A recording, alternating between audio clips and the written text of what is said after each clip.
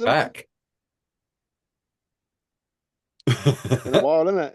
It has been a little while. It has been a little while. We had Oh, to. I've I not had to. I've not bothered watching that last episode with that other like wannabe presenter. What was he called? Can't remember his name. I've not bothered watching it.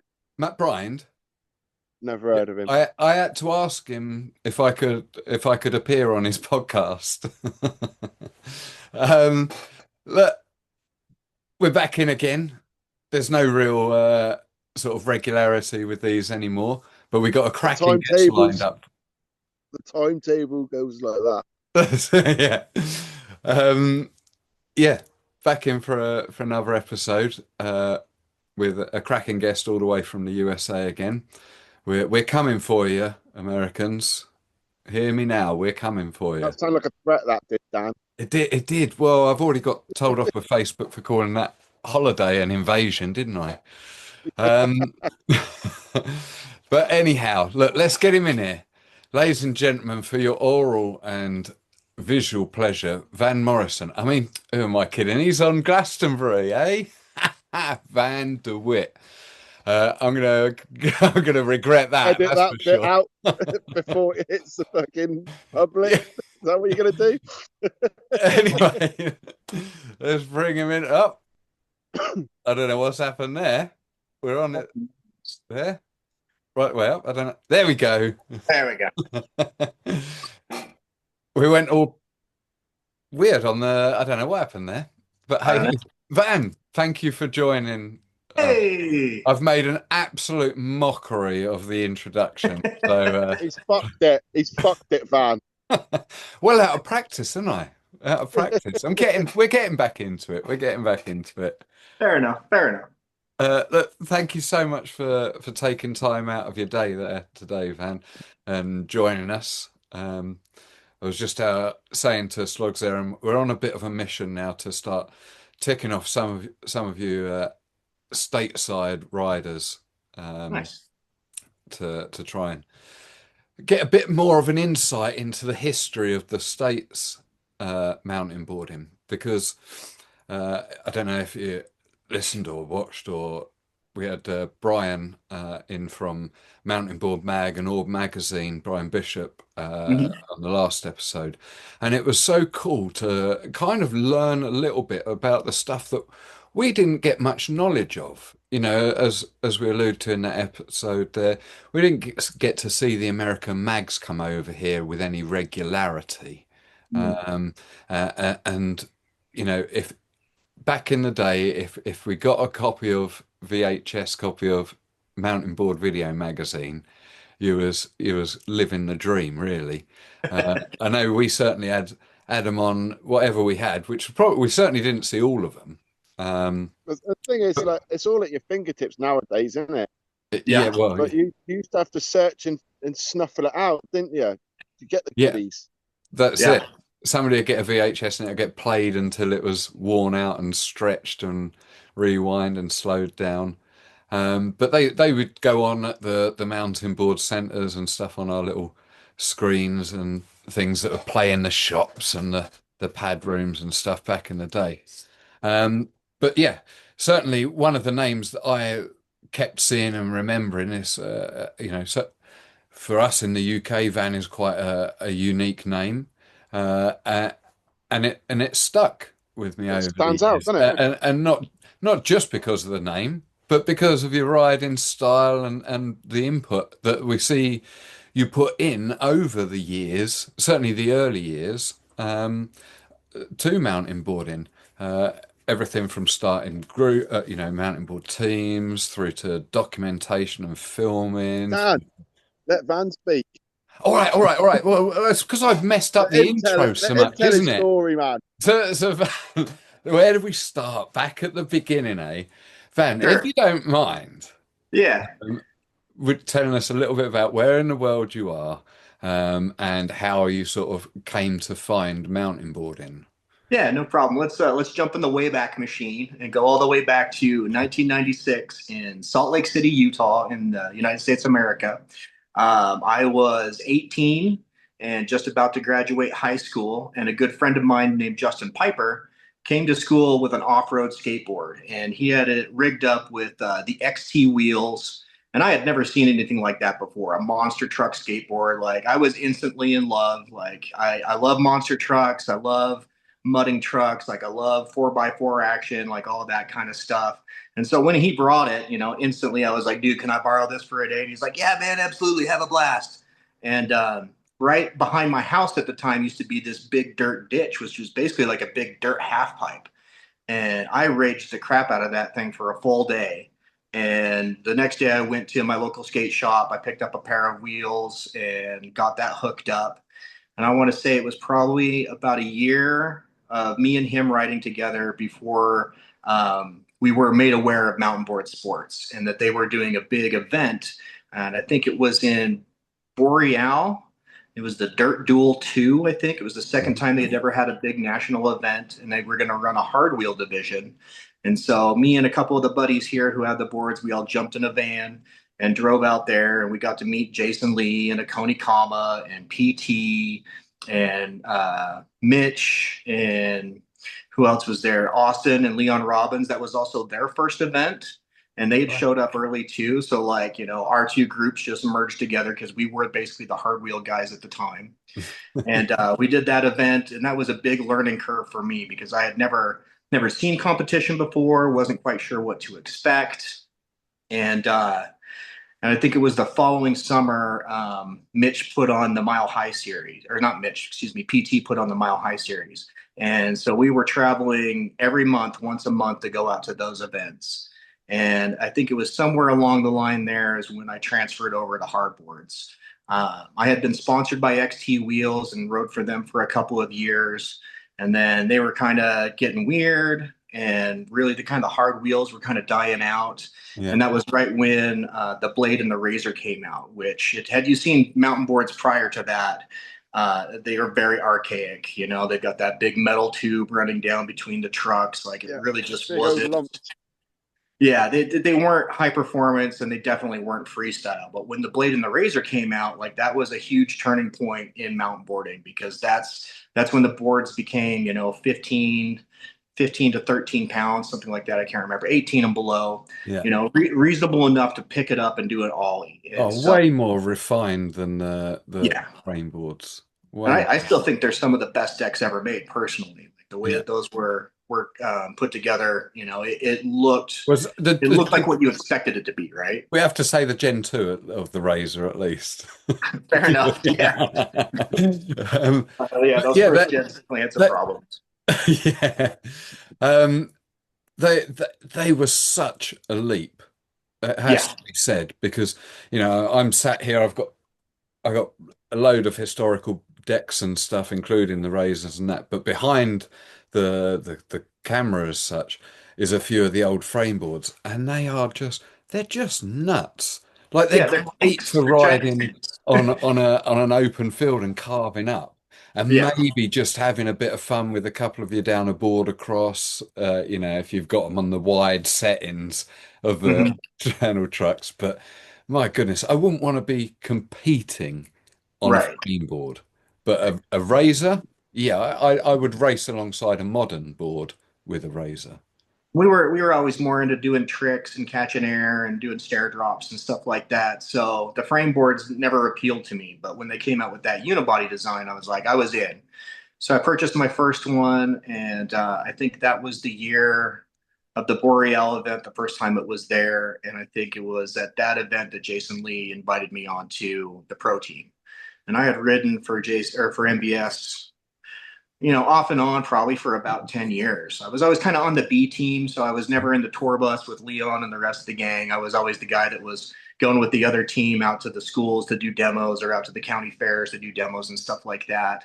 Um, and then somewhere along the line, I started doing graphic design for MBS. I did the Leon Robbins Pro model. I did the So the first the scout. the the bomber, Yeah, the bomber, the black bomber. yeah. So I did the graphic art for that, and that was a huge process. We probably went through 40 ideations of trying to get what Leon wanted. and then they had to dial it back a little bit, because like the original one had like a whole dogfight going on. There was machine gun fire all over the place and stuff exploding. And they were like, we need to take all that out, and then you can leave the bombs in, but like that's it. And if anybody goes to my Facebook account, you can look at all of the artwork that was leading up to that final model. I think I winded up doing 5 or 6 different graphics for them over the years. Most of them were for like the kids' boards, the Groms boards. Uh-huh. One of them has like a killer bee on it. It's like a mechanical bee with a minigun for a stinger. And then another one was like a robotic scorpion.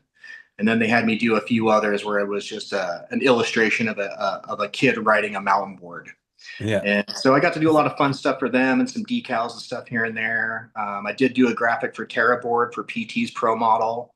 I did T-shirts for the U.S. Opens of Mountainboarding, and then I helped do a lot of T-shirts for Dirt Heads back in the day. So that all kind of led me to kind of start my own brand, which was the Dirtstar Army, which is kind of now defunct.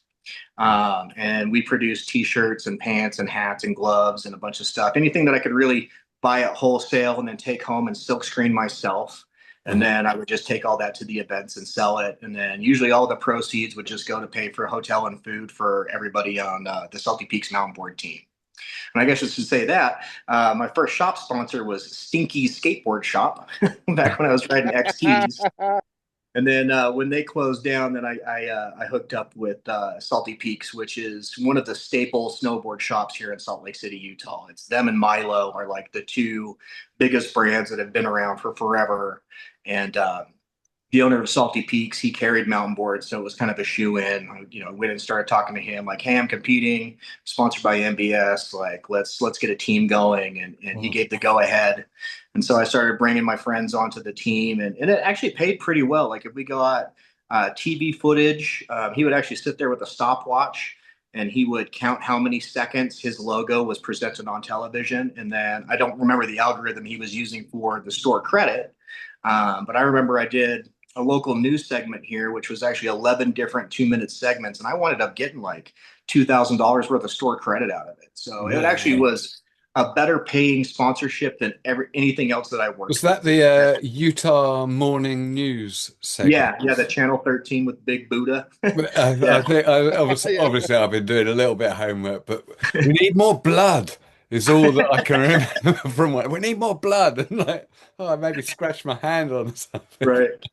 Yeah, it was a fun interview. I think I've done like five to eight different interviews, either locally or nationally.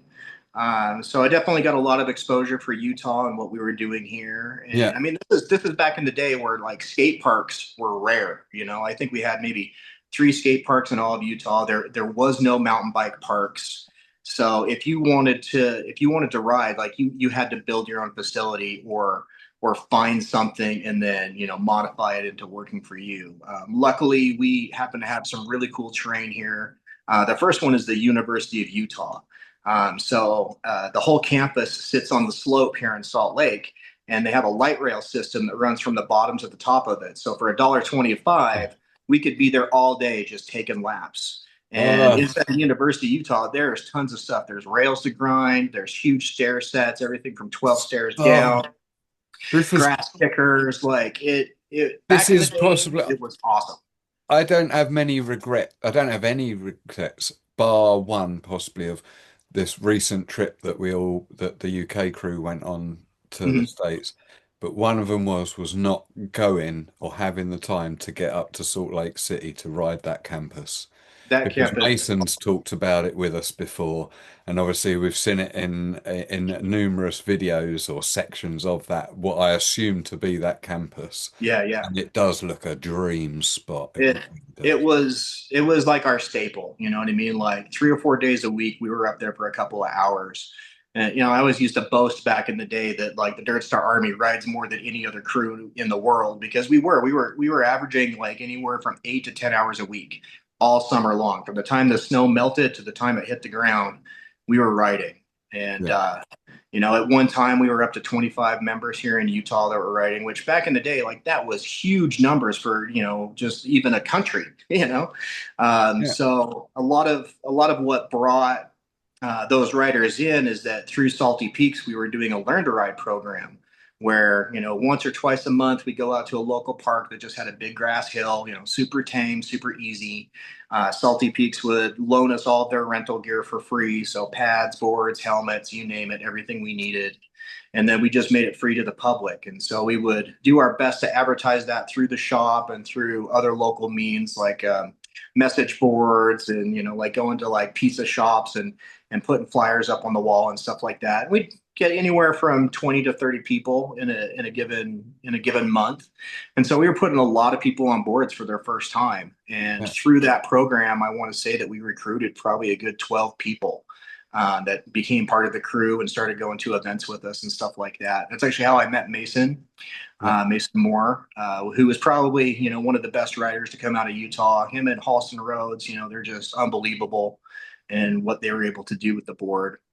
And so, yeah, it just made for a really cool crew. And we were very determined and ambitious and dumb enough to just ask for permission to do things. And, that's how Yeah. we got a lot of the news coverage and just got ourselves into some really cool situations just by, putting ourselves out there and not waiting for somebody to ask us. Like we were, Well, that's actively it. I trying mean, to find opportunities. you say they're like having 25, 30 riders, um, within your local community that would ride together.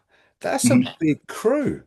Oh, That's a big yeah. crew. And certainly for the States, like whenever I seem to speak to people in the States, it's all about, as you say, it's all about home setups. Jeremy Leaf had a home setup. Everybody had some home jumps that might have been in their yard or their father or family helped them build, but there was not much of a community of riders that would meet regularly. We got it in the UK because we're in like a tin of sardines here, you know. Yeah. You're all So compact. yeah, exactly. But over there, where everybody's so far apart, to have that number of people regularly meeting, that's a big deal. Yeah.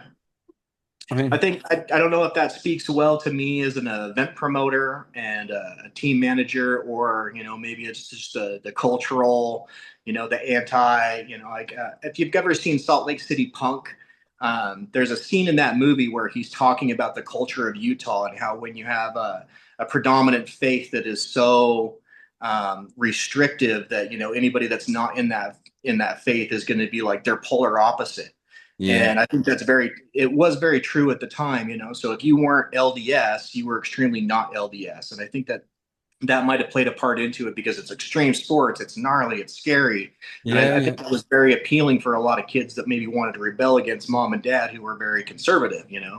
And so that might have played into it. And I think the yeah, camaraderie and the community that we built inside of Salt Lake was very supportive. It was very inclusive.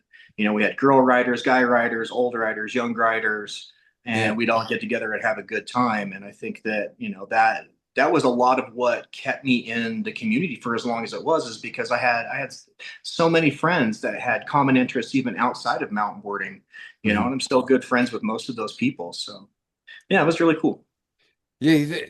Well, I mean, I think that's kind of you put it so well as a little microcosm of the wider society of mountain boarding that it is just super friendly and welcoming and all those amazing superlatives that are quite hard to put on other sports. Certainly other solo endeavor sports, it's they're solo endeavors generally for a reason, but as we've said before, there's nothing better than shredding a hill and then walking back up it with pals and talking about And what that's you've the thing just. in it. That's the social side of it. Because you're Yeah, doing the walking back, that's where the social side of it comes in.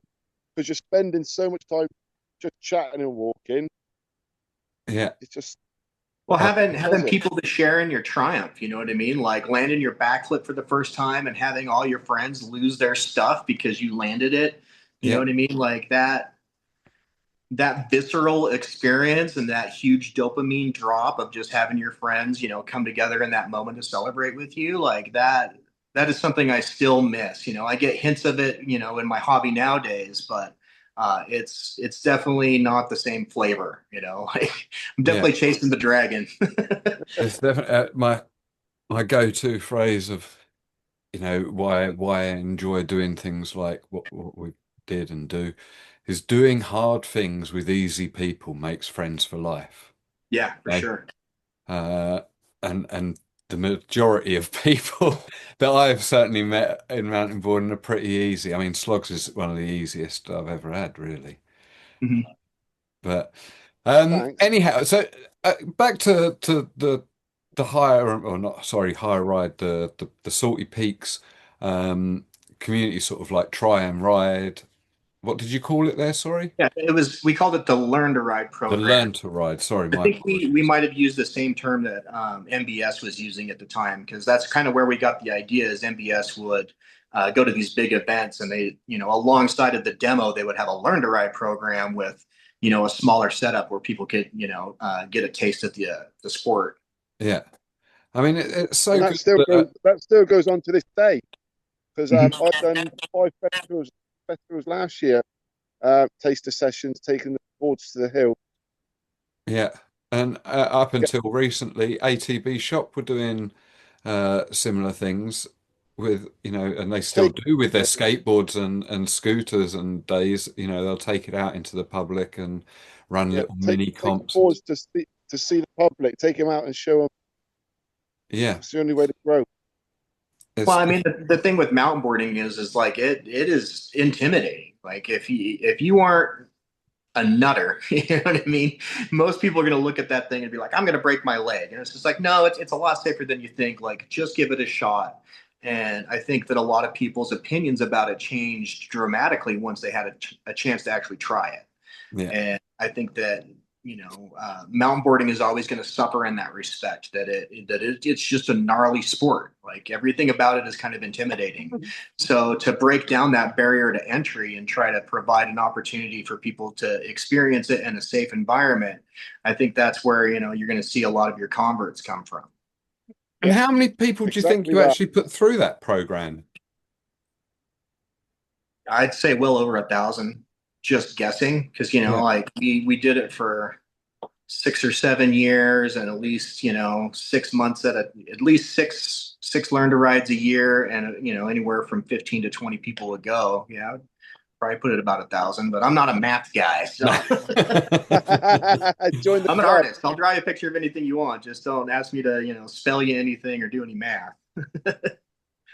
Um, but you was like you say doing not only doing that, but doing the MBS sort of uh, school tours and town fetes. I don't know Yeah, what town fairs, town like county fairs. Yeah, fairs and stuff like that. It's weird where they would get their gigs from, and sometimes they'd have them on top of each other, and that's why they would have an A and a B team. So, for instance, like when the Element Tour was going on, you had like Jeremy Leaf and Leon Robbins and those high echelon guys. They were all on the tour bus going around with the music venue, but they also had demos going on, outside of that, and that's where like you know, all the B team riders would come out, and we would take the second truck and the second jump setup, and we would go out and do the demos. yeah, So it provided an opportunity for me to travel quite extensively for free, which was, the best part of it. And being able to get all the free gear from MBS really helped out too. yeah. Because back in the day, I was a broke ass kid. Like, I Well, needed that's those it. No, details. no 18-year-old, 18, 19, 20-year-old has got money to be, really going off and following their passions. Right. And that was essentially what it was for everybody back then. It was such a passion, and well, Yeah. it still is. Even riding or not, people around the world who were riders back in the day still ho- almost identify still as mountain boarders. Like it doesn't leave that Well, passion. it really changed, my personal work ethic. When I became a pro rider, like I had to go above and beyond at every job that I worked at to become the golden boy. So when I needed time off to go to my competition, sometimes twice a month, they were more likely to give that time to me because I was going above and beyond. And then that's never really changed. Like I'm still that person at my job, even though I don't need the benefits of it the same way that I was. So it definitely, helped guide me in a weird roundabout way, of being able to succeed in my regular life. Because a lot of those tenements of who I am were set in place by the necessities needed to follow that dream. You know. Yeah. Um, it'd be worthwhile probably talking in the timeline of your involvement with MVM, Mountain Board Video Magazine there.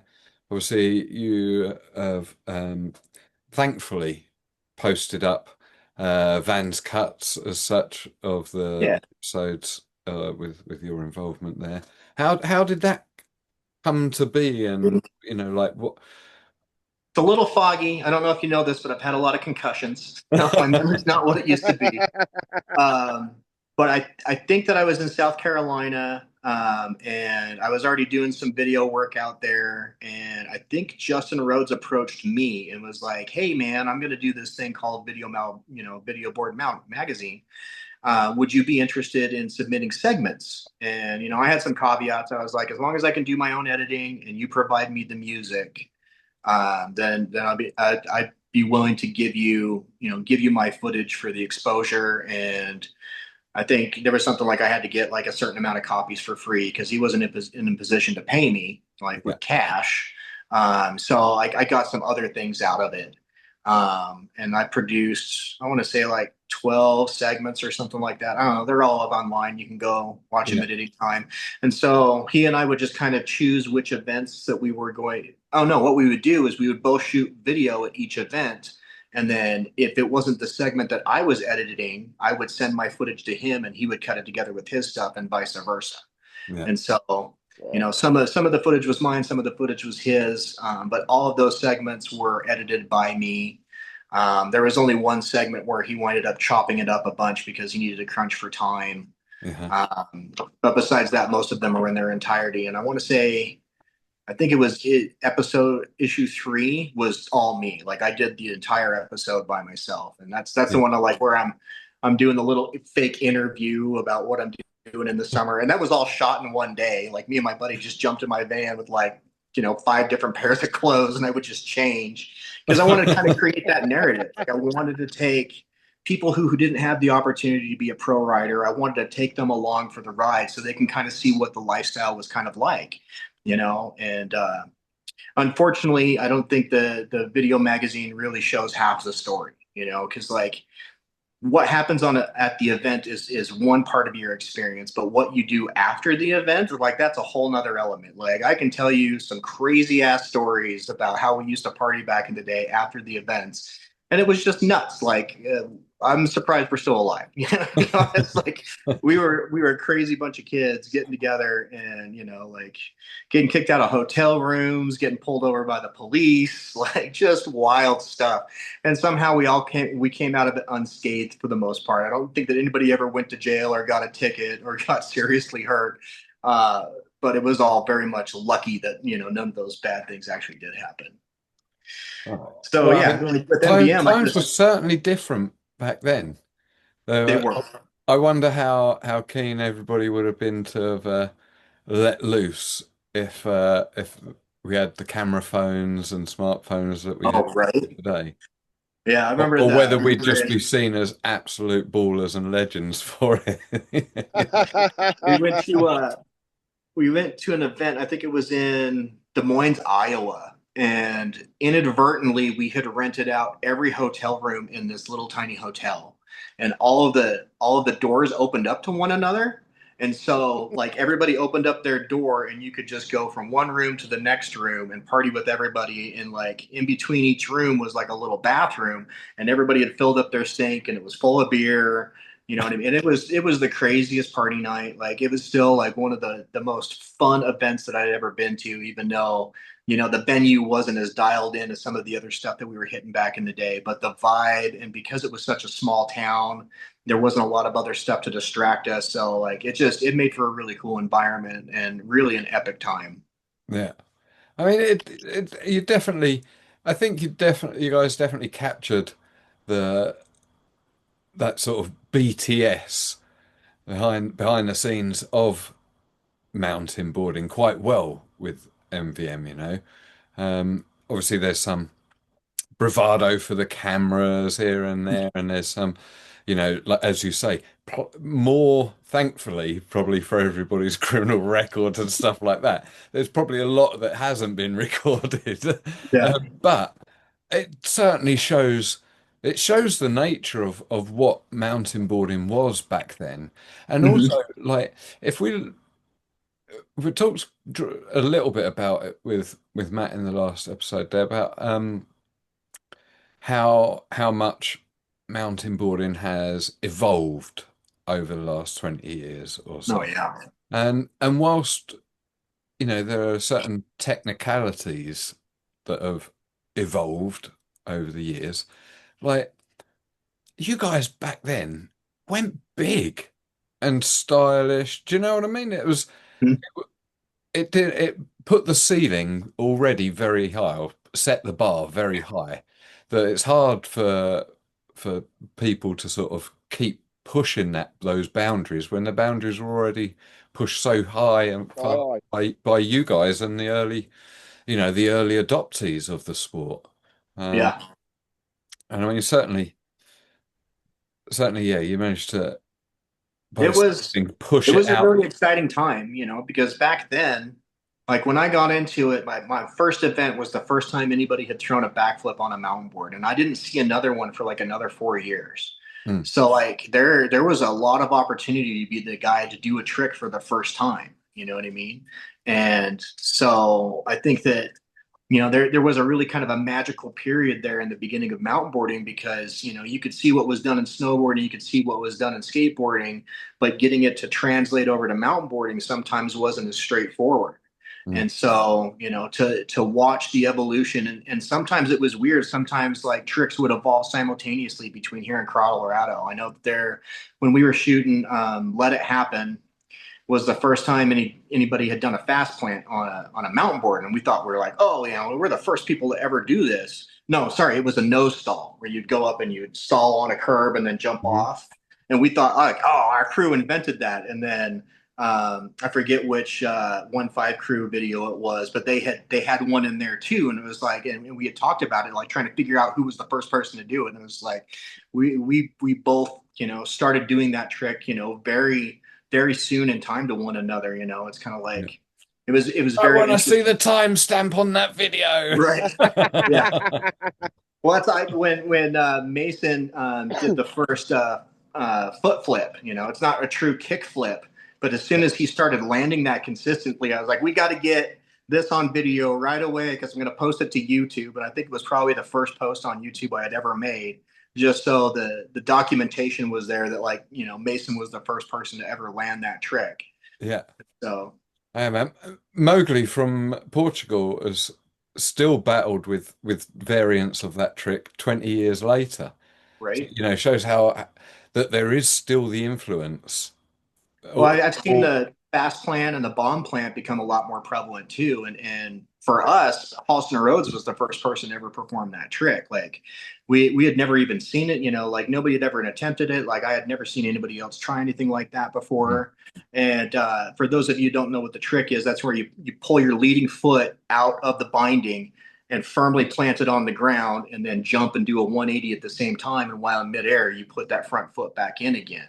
And then Halston took it one step further and added their 360 into it because I remember there was some grief back then on the day. It was like, oh, like that's just a fast plant. Like that's not really your own trick. And so Halston was like, okay, well, I'll make it my own trick and I'll call it the bomb plant. And he ended up doing it off of a quarter pipe, and into a 360. You can see it on Let It Happen. And that was the first time that we know of that anybody had ever done that trick before. So that is definitely Halston Rhodes' trick that is called the bomb plan, like forever and ever. Let it be, logged in the annals of mountain boarding that Halston was the man who invented That's it. it. It is recorded and written. Right. It's Um, etched in stone.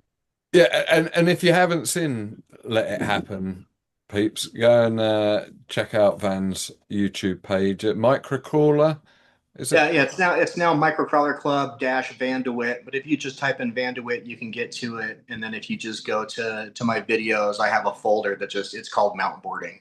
I'll probably move all of that stuff over and start another channel just for historical sakes called, Dirtstar Army, or I'll change this one back because I've got a new one for my RC club now. But yeah, everything's there, everything that I had videotape of. So there's some really old stuff on there. There's some XT stuff. There's all of my news clips and Let It Happen. The full length is on there as too. If Yeah, I Vimeo is rewatched still that around, it's today. also on Vimeo. I Yeah. rewatched Let It Happen today to refresh my memory. I'm Um, sorry, say that again. Oh, so I rewatched Let It Happen today just to refresh my memory, Oh, jog nice. my memory a bit. um, yeah, Vimeo, the undiscovered mountain board, like heaven there. Right. But everybody always forgets about it, me included. There's so Yeah. much good stuff on Vimeo. Well, we ended up getting like 100,000 views or something like that through Vimeo. And so that was kind of cool back in the day. We must have just been shared by somebody. We don't know where all of those views came from, but it was pretty cool back in the day. I bet.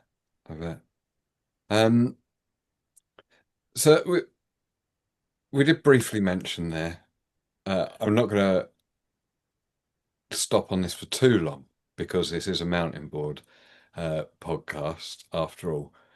But these crawlers, for anybody who doesn't know, radio controlled cars taking on like trials essentially for what we'd call trials in the UK, for miniature 4x4 in. Uh, Yeah, well, here it I looks, can I can loop it all together. So, through my experiences in mountain boarding, I learned how to be an event promoter, and most of that was because of my time, hanging out with PT and Mitch McConnell, because they were the main promoters for a lot of the events here in the United States. And originally, I think I had come on the U.S. Opens, and I was just like, "Hey, like, do you guys mind if I go out and rake the trail, before the events?" And they're like, "Yeah, no problem." And the next year, like they made me the crew chief, to take care of the park, and they integrated me more and more into the elements of the event. And through that, I learned guerrilla marketing, branding, advertising, a lot of the different elements. And so, I retired from mountain boarding at 35, and I didn't do anything until I was like,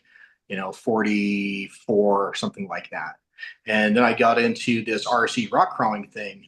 For anybody who haven't seen them, they're anywhere from about 150 to $200, and they're anywhere from 24 scale to 18 scale. So they're like the size of your shoe. They're just little tiny things, but they're fully upgradable. All the parts are replaceable.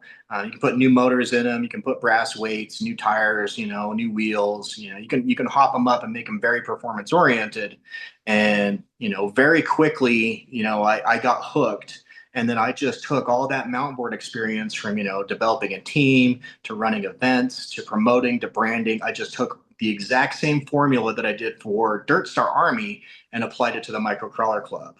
And in the past 4 years, we've gone from 3 members to over 50,000 members on our Facebook group and over 300 members locally inside of the state of Utah. And we are now the biggest micro specific club in the world for micro rock crawling. mm, And with that has come sponsors. Like it's like I'm reliving my glory days over yeah, again, kind of, because I've got sponsors. I'm working with all the big manufacturers. I'm going out. I'm getting flown out to events to work the booth and be the guy that signs the autographs. So it's very much a give me a second opportunity to kind of live into what I've missed from mountain boarding. Like I yeah. don't get the same kind of adrenaline rush, like that's for sure. And the Well, culture is very, very different, but there's a lot of similarities, the camaraderie and the opportunity to compete with friends. And just like what you're saying is like, to have somebody there to experience your victories at the same time and celebrate them with you. Like I'm getting all of those same beats, but I don't have to have any more road rash, which is really nice. uh, And the thing is, you got to keep yourself busy, ain't you? you That's gotta the keep Yeah. yourself, thing. and you're not risking injuring yourself. I mean, maybe the odd thumb callus, or is it If I trip, like yeah. something like that. Oh, But yeah, there's baby, there's baby, less I've had a hard injuries. day at the competition. Please massage this thumb for me. So I'm mocking, but only because it looked so good. I saw I saw one the other day. I don't know if it was from you or if I've, now started exploring these things or what, but someone climbing or along a climbing frame, like a kid's play park climbing Mhm. frame. And this thing is like, it's got four wheels. It looks like a car, but it's managing to negotiate these bars essentially. Yeah, is that the one where it's But going down the spiral? yeah. Yeah. Yeah, that guy's awesome. So I get it, is basically what I'm saying here. It certainly there's some Hey, it's challenges still off there. roading as far as I'm concerned. Yeah, Still, Yeah. still on the well, dirt. some of the scale models, not just of the cars, but the actual the backdrops. Terrain. There's like mini Moab, mini slick rock areas and things that I've Yeah, seen. yeah. And I'm building them too. So I was contracted by my local hobby shop, and I've created four different courses for them now, built very similar to the same way that you would do something for, say, like an at-home railroad track. Very similar, except instead of just watching the train go around and around in circles, you actually get to build this terrain and then put your RC on it and then play with it. And so it's been a really fun opportunity to be able to do that at scale, because like I can only fit so much in my little tiny house. But to be able to do 15 by 50 feet and create like this giant indoor crawling park. So now we've got stuff to do in the winter. That's been really fun. And I don't know that I would have transitioned into this the same way that I have or experienced the same level of success if it wasn't for my background in mountain boarding. And I Yeah, can say that for a lot of aspects of my life.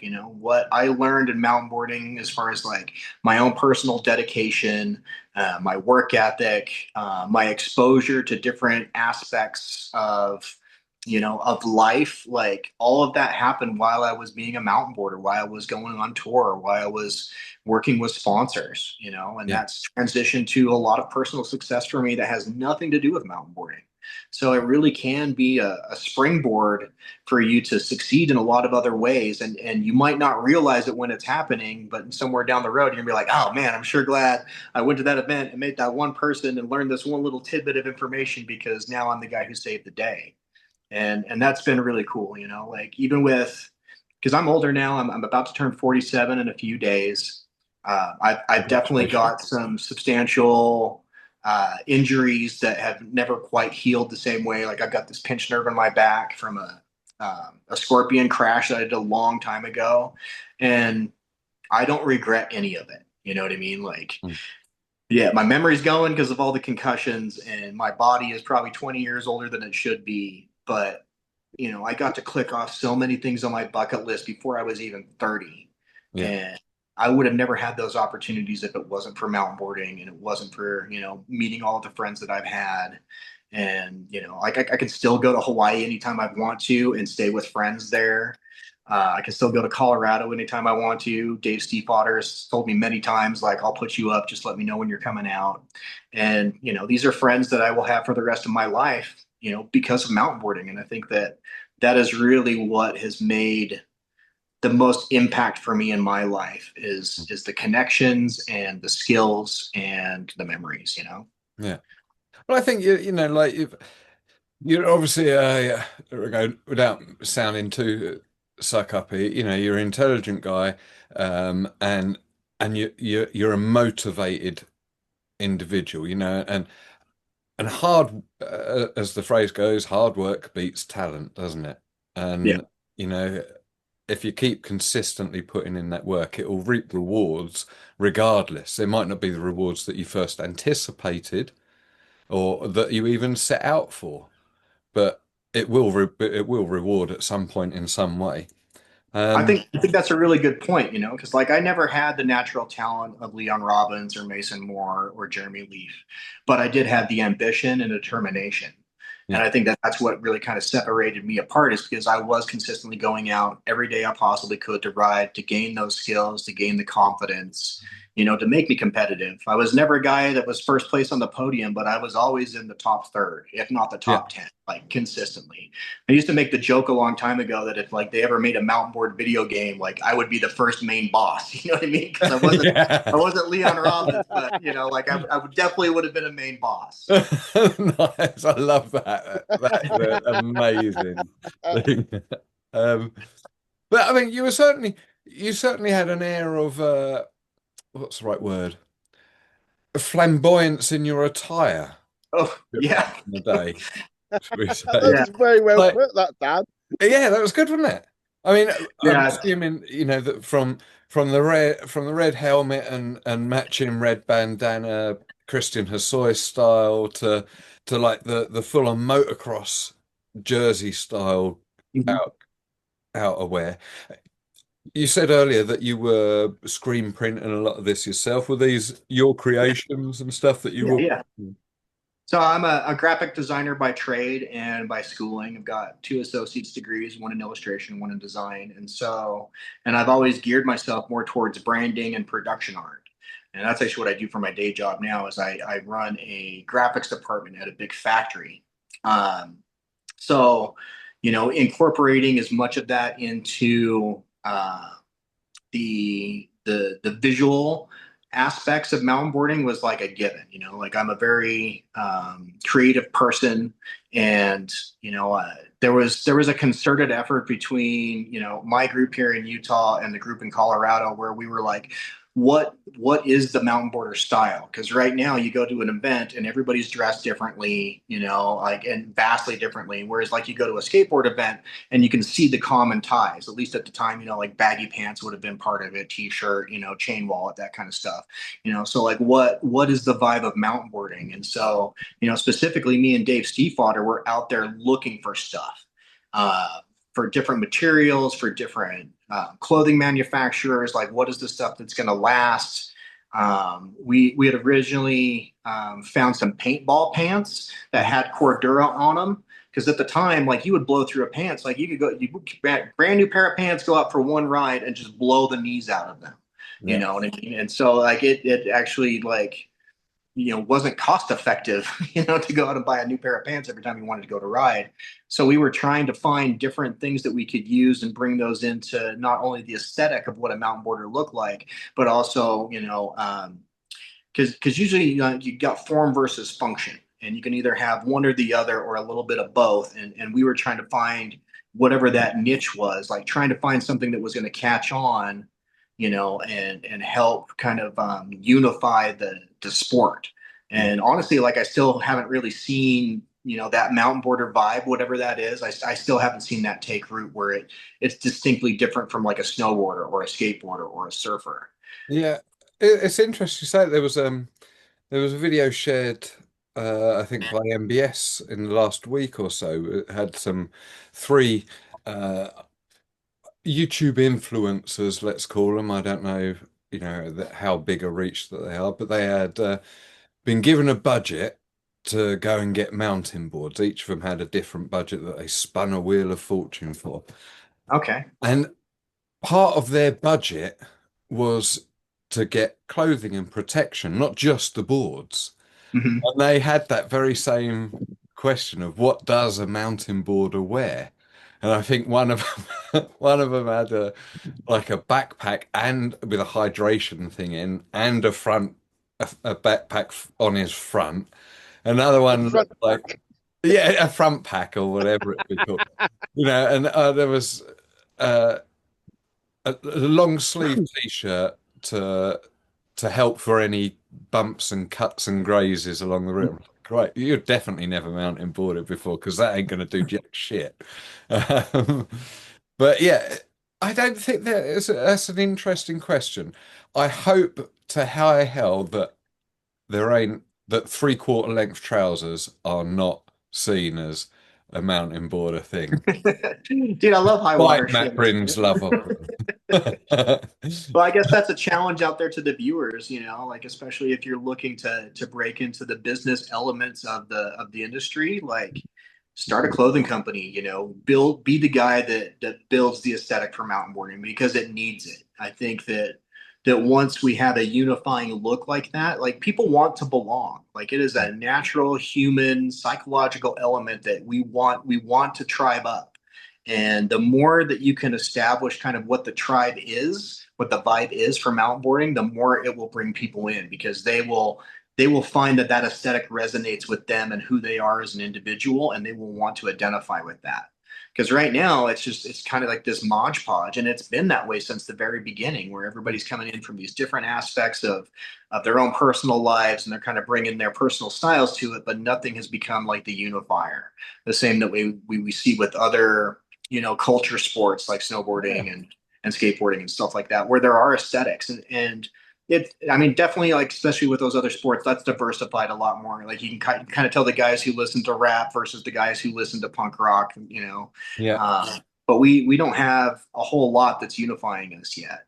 I And mean, that's a lot of the work we tried to do with dirt heads back in the day. We were trying to develop our own pants. We had already got the whole t-shirt line out there. We had some hats and stuff like that.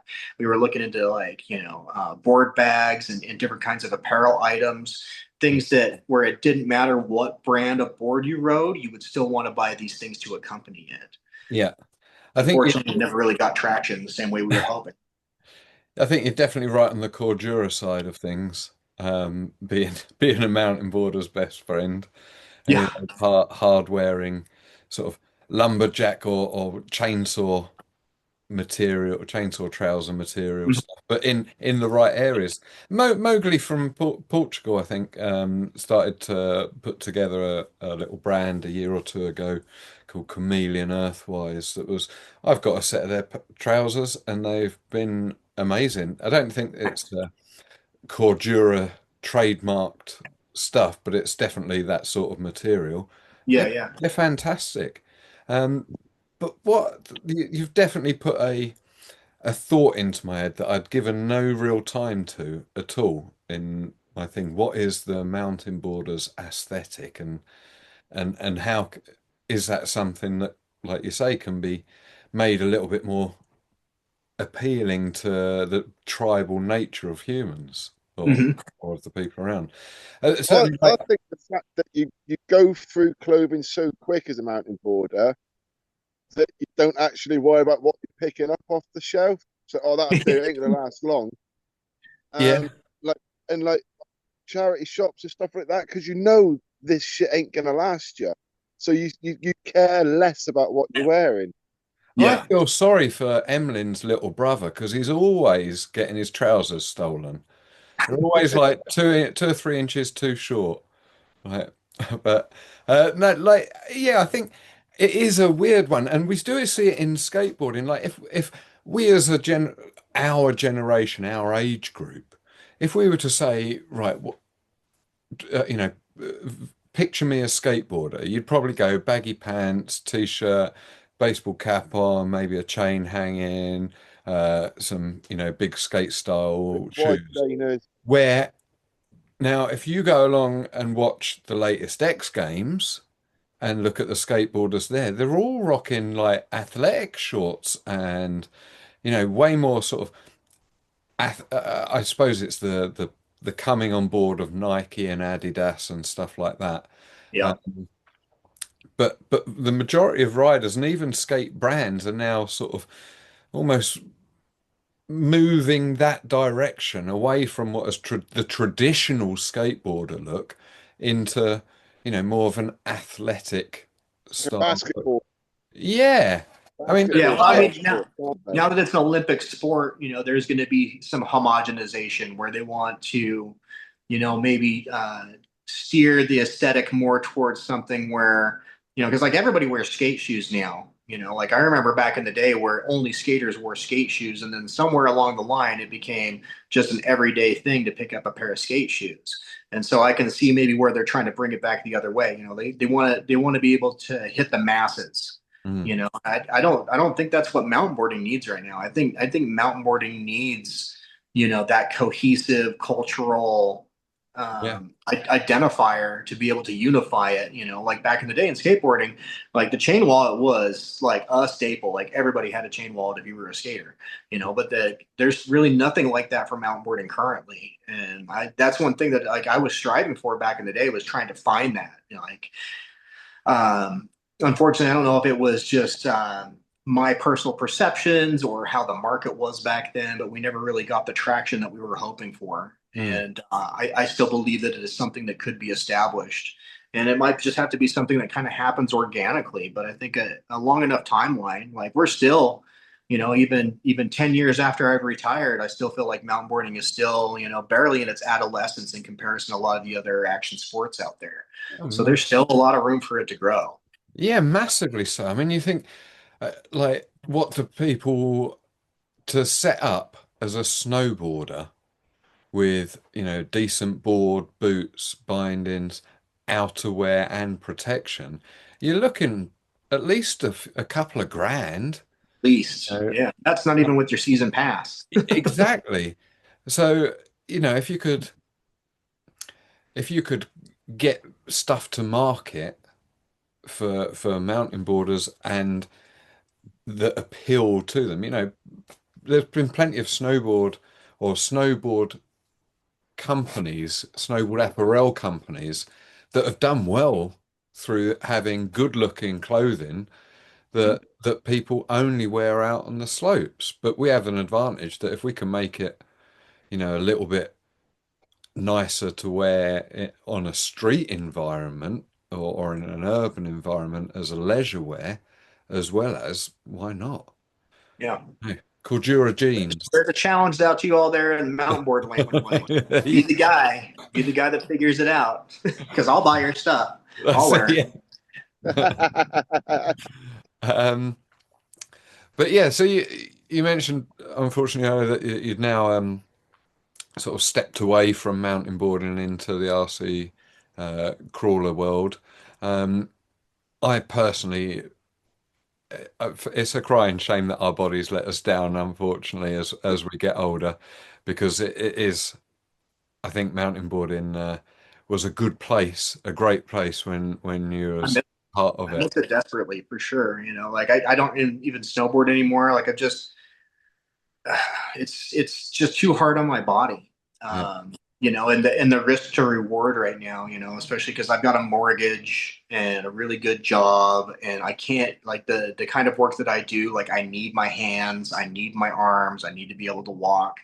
So I can't risk it, because I've got too much writing on it. When you're young and all you have to worry about is rent, you know what I mean? Like go for it. Like that's the time when you're young, between 19 and 35, like get as much writing as you possibly can in. And I knew that going in because like I was talking to skiers and mountain bikers and skateboarders and stuff back in the day, and they were like, ride hard, ride as much as you possibly can, because when you get too old, you're not going to be able to do it anymore, and you're gonna wish that you had.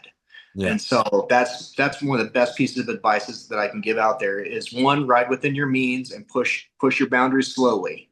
And two, ride as much as you possibly can every single opportunity you get, because you will wind up at 47 playing with RC cars, wishing that you had dropped in one more time.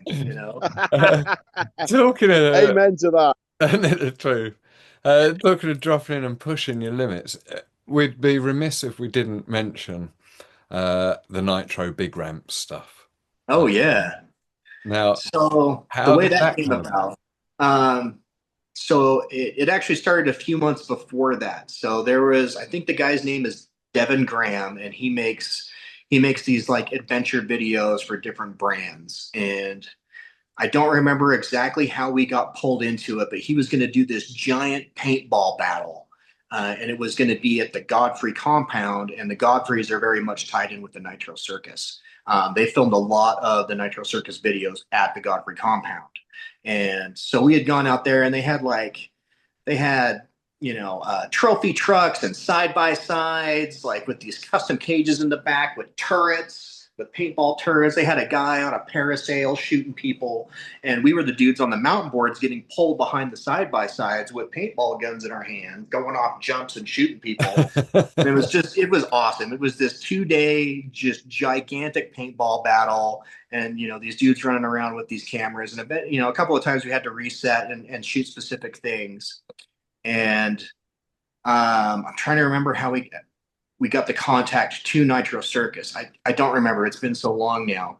But eventually Nitro Circus had, and this was before any kind of mountain boarder was in Nitro Circus whatsoever. I believe that we were the first guys to be invited to one of their demos, which happened to be in St. George, where they had created I think it's like a 28-foot roll-in ramp. And it was the smoothest, most silky roll-in ramp you've ever hit. Like for all you people out there that know Big Blue, the MBS roll-in ramp, that thing's a friggin' nightmare. The transition at the bottom, like it whips you so hard. If you are not at the peak of your riding capabilities, you will just loop out. Like it spits you out so hard at the bottom, it's ridiculous. But this one, like you were doing an easy 27 miles an hour by the time you hit the transition at the bottom. And I want to say the jump itself was 10 feet tall. And the gap from the lip to the first place you could land was 25 feet. And most of us were going 5 to 6 feet beyond that. And it was just butter smooth. Unfortunately, this was very close to the tail end of my career. So I think the best trick that I got across the whole thing was an indie grab. But then you had like Mason Moore, he double backflipped it. Cody Stewart did his one-footed 360 over the whole thing. Like it's awesome footage. It's out there. Definitely check it out. It was a really cool experience to be a part of that.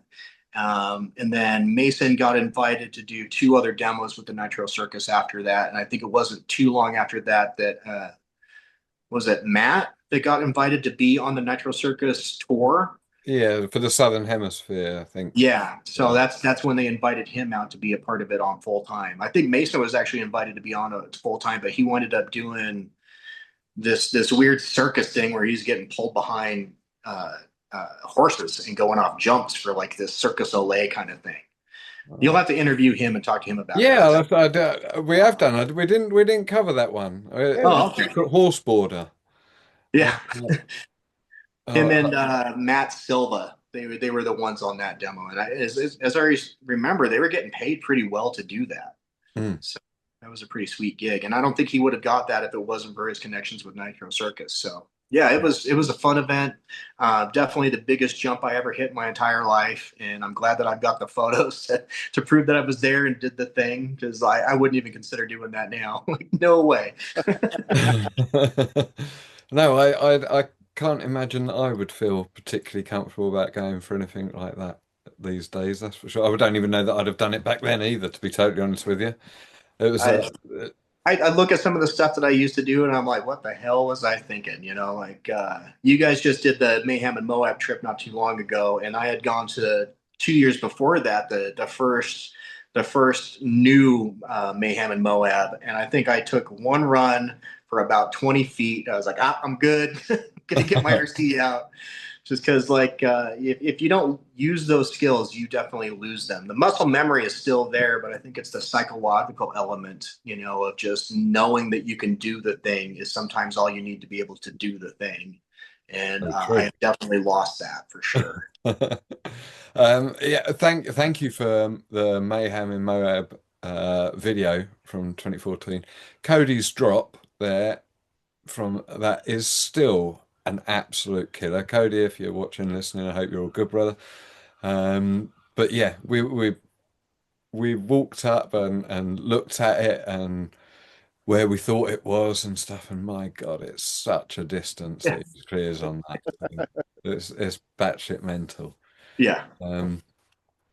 But yeah, hopefully another return for another Mayhem and Moab soon.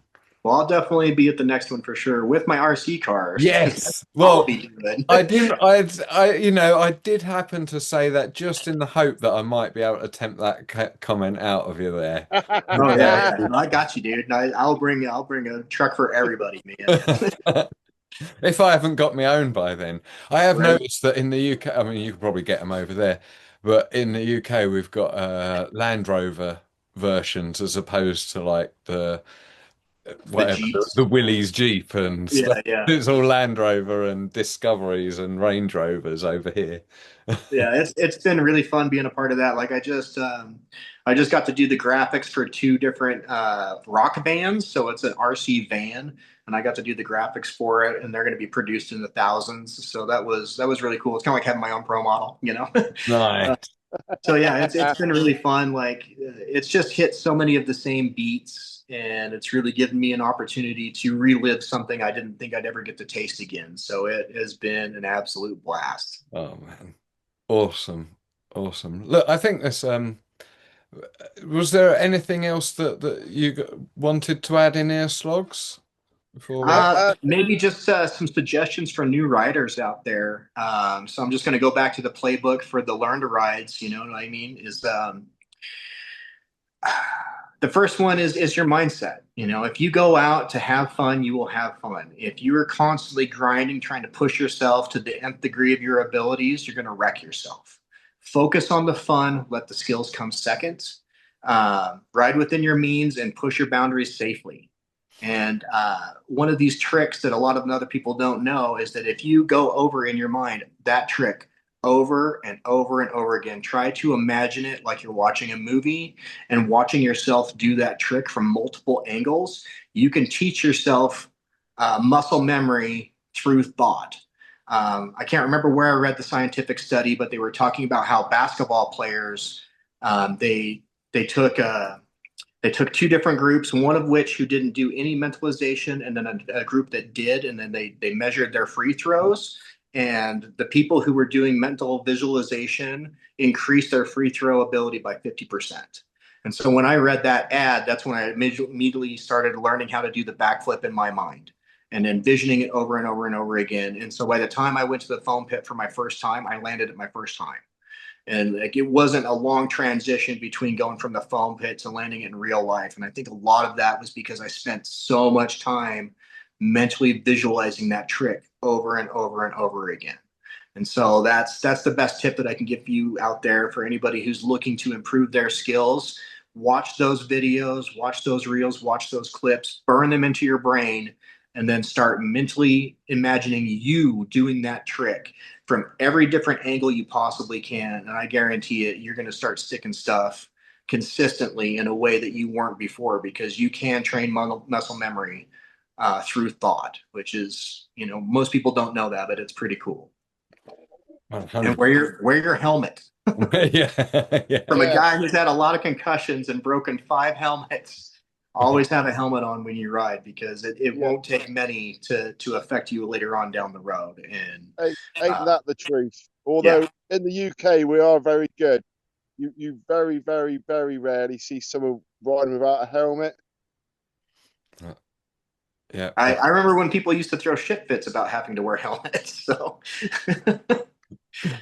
Well, perfect. Anything else from you there, Slogs, before we wrap it? no, No, man. oh, there is actually. I wanted to give you a little nod at the 5-0 on the rainbow rail in Let It Happen. Oh yeah.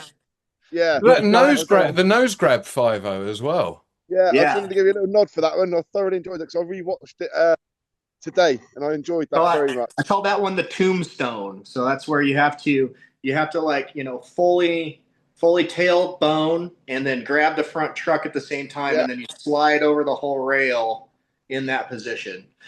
It is not easy to do. You're actually more in the air than you are on the rail, but if you can get it down, then you've landed your first tombstone. So I don't know if that's my own trick or not, but I'm going to pretend it is. I thoroughly enjoyed it. Thank you, man. I appreciate that. All right, well, dude, look, I'm going to let you, or we are going to let you get back to your day there. Thank you so much for taking this time out and being part of the dirt and for all your input to mountain boarding over the years and helping grow it to where it is still around 20 years later, even if we are just sort of clawing our way forward. Yep. Just keep at it, keep riding, keep having fun. Thanks for having me on. If anybody ever has any questions or anything like that, you can contact me through Facebook. Van Dewitt appears on the screen right there. I'd be happy to lend you guys any information or archive footage or whatever you guys need. I'm always down to help out fellow mountain boarders anytime. If you come into Utah, let me know. I probably find people to still ride with, and I'll come out and shoot video of you. Nice. Nice. We'll be hitting you up for as and when, if, in case the wife's hearing, when another trip to Moab happens. Oh, we've lost Slogs. He's gone. All right, see you later, mate. Yeah, we'll be in touch and get you out there. And in the meantime, should I have any questions on RC purchases, Yep, I'll I be got you, bro. up there for them. Dude, thank you so much. This has been the Dirt and with Dan Dewitt. Thank you. Right on, guys. Be back hopefully on the next episode as well. Later. Whoop, whoop. See ya. Way aye, man. That was dead canny as out, that like. Cheers for turning out to listen. Now, before you gan yem, don't forget, if you want to keep getting doing with the dirty dirt fun, like and subscribe. Get amongst it. Shy Ben's getting out.